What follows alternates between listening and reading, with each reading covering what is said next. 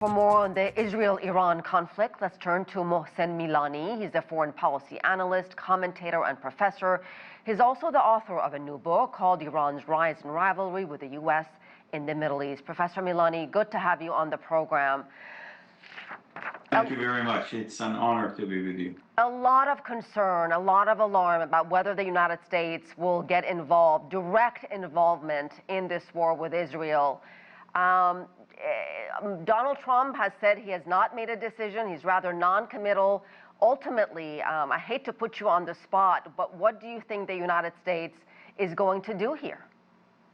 Well, if the President of the United States said a few minutes ago that he is going to make his final decision a second or so before he makes the final decision, I think it's going to be very difficult for me to predict what he's going to do. The best I can do is to contextualize this.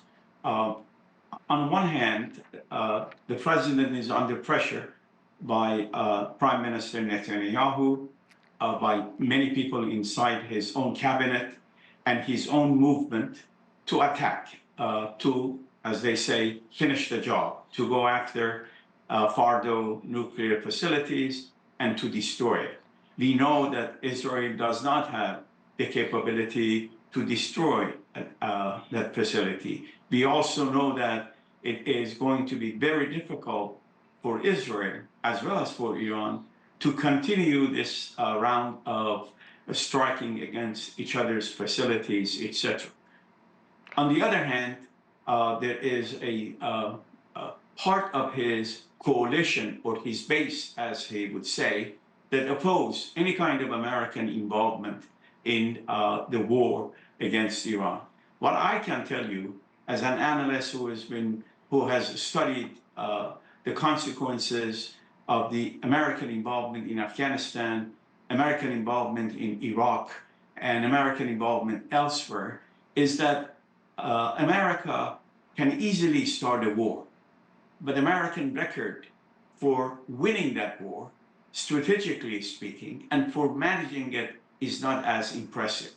If the United States decide to attack Iran and decides not to deploy troops, which is very unlikely, we might end up having a regional conflict that can spread in the region and is going to have profound ramifications, not only in terms of the exit strategy for the US, but the Islamic Republic and its armed forces could create problems in the Persian Gulf and through their Houthi partners. Let me interrupt you, because Iran's Supreme Leader Ayatollah Ali Khamenei has already warned U.S. intervention would cause irreparable damage. Following up on what you just said, if the U.S. gets involved and if Iran chose to retaliate beyond what we've seen so far, what would that retaliation, Professor, what would that response look like? It depends on how devastating the American bombing of Iran is going to be. If it is quite devastating and it's just attack on Iran's nuclear facilities, you can expect the revival of what is left of the axis of resistance. The axis of resistance, without any question, has been weakened considerably. But still, there are remnants of that axis of resistance that can attack American interests and American forces there. We can see the revival of terrorism against American interests in the Middle East. And we can see perhaps Iran attacking various bases that the US has in the region. I think that would be catastrophic for Iran. Iran cannot win the war against the United States. It can inflict damages on the US, but it simply is incapable of winning any kind of war against the United States.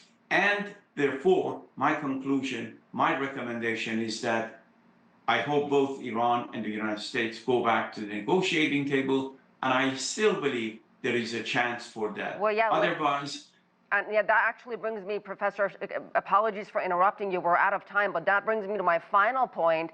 There are reports by Reuters news agency that Iran's foreign minister, Abbas Araghchi, will meet with the Europeans, with the Germans, the British, the French, in Geneva this Friday. How significant is this if it's true?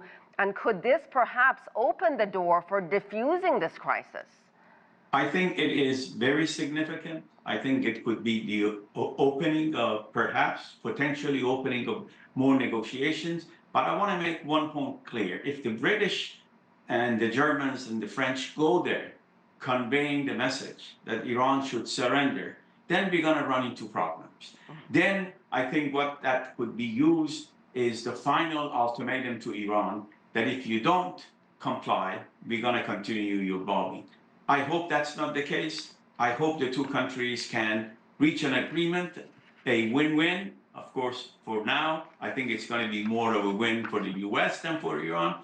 But diplomacy, I think, is the best choice at this time, the least damaging choice at this time. All right, we'll leave it there. Thank you so much, Professor Mohsen Milani, as always. Thank you. My pleasure.